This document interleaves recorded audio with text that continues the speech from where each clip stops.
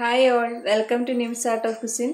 ഇന്നത്തെ നമ്മുടെ റെസിപ്പി ഒരു No-Knead Tutti-Frutti bread ആണ്. ഇത് ഉണ്ടാക്കാൻ വളരെ ഈസിയാണ്. കുറച്ച് കഷ്ടപ്പെടുകയൊന്നും വേണ്ട. ഇത് എങ്ങനെയാണ് ഉണ്ടാക്കുന്നതെന്ന് നമുക്ക് നോക്കാം. ആദ്യം ഒരു ബൗൾ എടുത്ത് അതിലേക്ക് 1/2 കപ്പ് ഇളം ചൂടുപാൽ, 1/2 കപ്പ് ഇളം ചൂടുവെള്ളം, 1 ടീസ്പൂൺ ഈസ്റ്റ്, 1 ടീസ്പൂൺ പഞ്ചസാര എല്ലാം കൂടി ഇട്ടിട്ട് നന്നായിട്ടൊന്ന് മിക്സ് ചെയ്ത് ഒരു 20 മിനിറ്റ് നമുക്ക് മാറ്റി വയ്ക്കാം.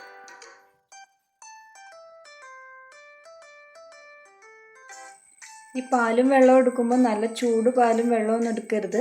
അങ്ങനെ വന്നാൽ ഈസ്റ്റ് പിന്നെ പൊങ്ങില്ല. കൈ മുക്കിയാൽ പൊള്ളാത്തൊരു ചൂടിൽ വേണം ഇതെടുക്കാൻ. ഇനി ഇത് അടച്ച് മാറ്റി വയ്ക്കാം. ഇനി വേറൊരു ബൗൾ എടുക്കാം. ഇതിലേക്ക് 3 കപ്പ് മൈദ, 1 ടേബിൾ സ്പൂൺ പഞ്ചസാര, 1/2 ടീസ്പൂൺ ഉപ്പ് എല്ലാം കൂടി ഇട്ടിട്ട് ഒരു മരത്തവി വെച്ചിട്ട് നമുക്കൊന്ന് നന്നായിട്ട് മിക്സ് ചെയ്തെടുക്കാം.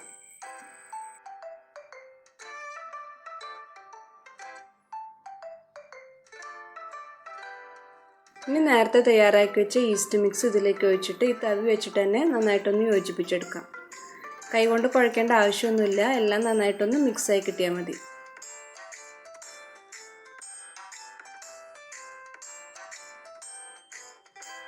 സാധാരണ ബ്രെഡ് ഉണ്ടാക്കുമ്പോൾ നന്നായിട്ട് കുഴച്ചിട്ടൊക്കെ വേണം ഉണ്ടാക്കാൻ. പിന്നെ ചിലപ്പോൾ മുട്ടയൊക്കെ ചേർക്കാറുണ്ട്. ഇവിടെ നമുക്ക് അതിൻ്റെ ഒന്നും ആവശ്യമില്ല. വളരെ എളുപ്പത്തിൽ ഇത് ഉണ്ടാക്കിയെടുക്കാം. ആകെ ഈ ഡഫ് ഒന്ന് പൊങ്ങി വരാനുള്ള ടൈം മാത്രമേ നമുക്ക് ആവശ്യമുള്ളൂ. ഇനി 1 ടേബിൾ സ്പൂൺ ബട്ടറും കൂടി ചേർത്തിട്ട് നന്നായിട്ടൊന്ന് മിക്സ് ചെയ്തെടുക്കാം. ബട്ടർ എടുക്കുമ്പോൾ ശ്രദ്ധിക്കേണ്ടത് റൂം ടെമ്പറേച്ചറിലാക്കിയ ബട്ടർ തന്നെ എടുക്കണം. ബേക്കിങ്ങിന് നമ്മൾ ഇൻഗ്രീഡിയൻസ് എടുക്കുമ്പോൾ ഒരിക്കലും ഫ്രിഡ്ജിൽ നിന്ന് നേരിട്ട് എടുത്ത് ഉപയോഗിക്കാതെ റൂം ടെമ്പറേച്ചറിലാക്കിയിട്ട് വേണം ഉപയോഗിക്കാനായിട്ട്. ഈ ബട്ടർ മാവിൻ്റെ എല്ലായിടത്തും ആകുന്നത് വരെ ഒന്ന് മിക്സ് ചെയ്താൽ മതി.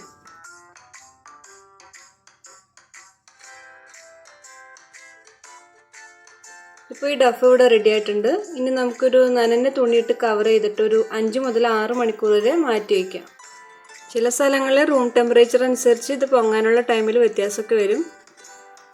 ഇനി നമുക്ക് ഈ ബ്രെഡ് ലോഫിൻ്റെ പാൻ ഒന്ന് ഗ്രീസ് ചെയ്ത് വയ്ക്കാം. ഇപ്പോൾ ഇവിടെ 6 മണിക്കൂർ കഴിഞ്ഞിട്ടുണ്ട്. ഈ മാവൊക്കെ ഒന്ന് പൊങ്ങിയിട്ടുണ്ട്.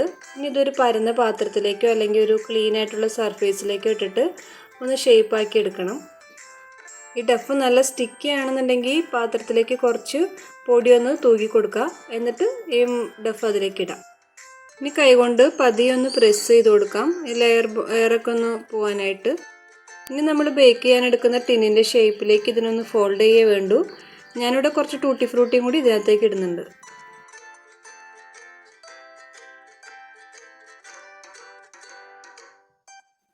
ഈ ഡഫ് കുറച്ച് സ്റ്റിക്കി ആയിട്ട് തന്നെ ഇരിക്കുക, അങ്ങനെ തന്നെയാണ് നമുക്ക് വേണ്ടതും. നല്ല ഹോട്ടലാണെങ്കിൽ മാത്രം ഇടയ്ക്കൊന്ന് പൊടി തൂക്കി കൊടുത്തിട്ട് ഫോൾഡ് ചെയ്തെടുക്കാം. എനിക്കിവിടെ പൊടി തൂക്കേണ്ട ആവശ്യമൊന്നും വന്നില്ല. ഞാൻ എടുത്ത അളവിൽ ഡഫൊക്കെ കറക്റ്റായിട്ട് തന്നെയാണ് കിട്ടിയത്. പിന്നെ ചില പൊടികളുടെ വ്യത്യാസമൊക്കെ അനുസരിച്ച് ഡഫ് ചിലപ്പോൾ കൂടുതൽ സ്റ്റിക്കിയൊക്കെ ആവും. അപ്പോൾ ഈ പറഞ്ഞ പോലെ ഇടയ്ക്കൊന്ന് പൊടി തൂക്കി കൊടുത്തിട്ട് ഫോൾഡ് ചെയ്തെടുത്താൽ മതി.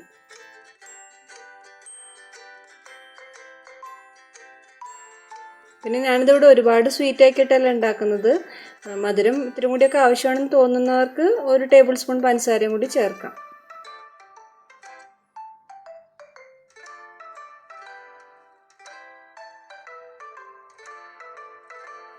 അങ്ങനെ ഞാനിവിടെ 4 സൈഡ് ഫോൾഡ് ചെയ്തെടുത്തിട്ടുണ്ട്. ഓരോ സൈഡിലും ടൂട്ടി ഫ്രൂട്ടി ഇട്ട് കൊടുത്തിട്ടുണ്ട്. ഇനി നമുക്ക് ഗ്രീസ് ചെയ്ത് വെച്ച ലോഫ് പാനിലേക്ക് ഇത് വെച്ച് കൊടുക്കാം.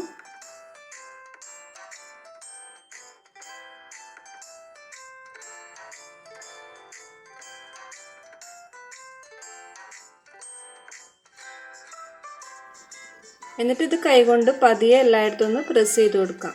കുറച്ച് ടൂട്ടി ഫ്രൂട്ടി കൂടി ഞാൻ മുകളിലേക്ക് ഇടുന്നുണ്ട്. ഇനി ഇത് വീണ്ടും തുണി വെച്ച് കവർ ചെയ്തിട്ട് ഒരു 45 മിനിറ്റ് മാറ്റി വയ്ക്കാം.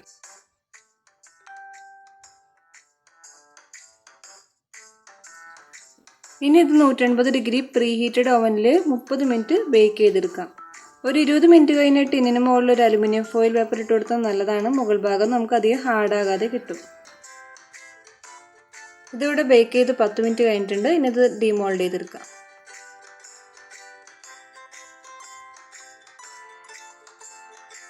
ഇനി ഇതിന് മുകളിലേക്ക് കുറച്ച് ബട്ടർ ബ്രഷ് ചെയ്ത് കൊടുത്തിട്ട് കുറച്ച് പഞ്ചസാര വിതറി കൊടുക്കാം. ബ്രെഡിൻ്റെ ഈ ചൂടിൽ പഞ്ചസാരയും ബട്ടറും ഒന്ന് മെൽറ്റ് ആവും. അപ്പോൾ അത് കഴിക്കുമ്പോൾ ഒരു ടേസ്റ്റുമാണ്. അങ്ങനെ നമ്മുടെ നോ-നീഡ് ബ്രെഡ് ഇവിടെ റെഡി ആയിട്ടുണ്ട്. ഇനി നന്നായിട്ട് ചൂടാറിയ ശേഷം നമുക്ക് കട്ട് ചെയ്തെടുക്കാം.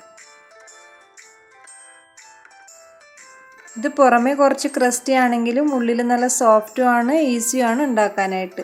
എല്ലാവരും ഇതൊന്ന് ട്രൈ ചെയ്ത് നോക്കണം. വീഡിയോ ഇഷ്ടമായാൽ ലൈക്കും ഷെയറും ചെയ്യാൻ മറക്കരുത്. അപ്പോൾ പുതിയൊരു വീഡിയോയുമായിട്ട് നമുക്ക് വീണ്ടും കാണാം. ബൈ.